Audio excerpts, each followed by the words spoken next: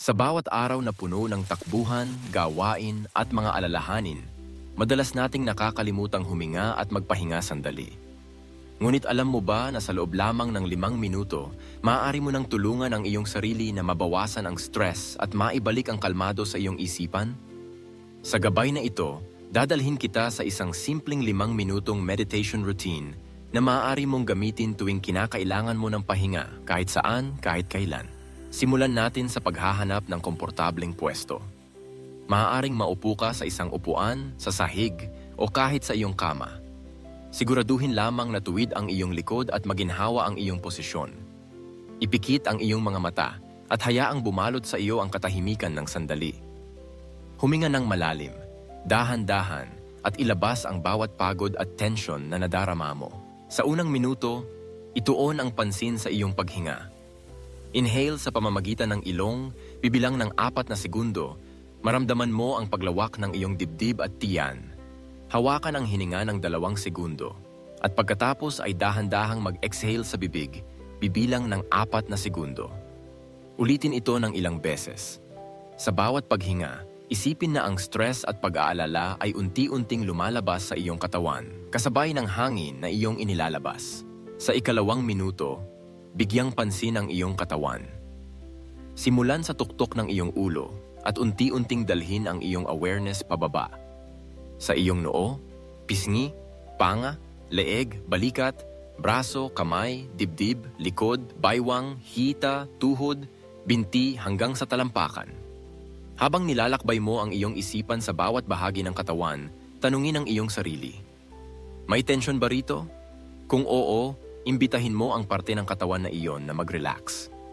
I-imagine mo na parang natutunaw ang stress, nagiging magaan ang iyong katawan, at napapalitan ng init at comfort.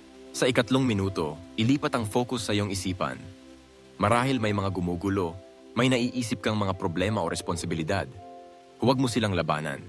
Sa halip, obserbahan mo lang sila, parang mga ulap na dumadaan sa langit. Sabihin sa sarili, naririto ang aking mga iniisip, ngunit hindi ko sila kailangan ngayon. Hayaan ko silang dumaan.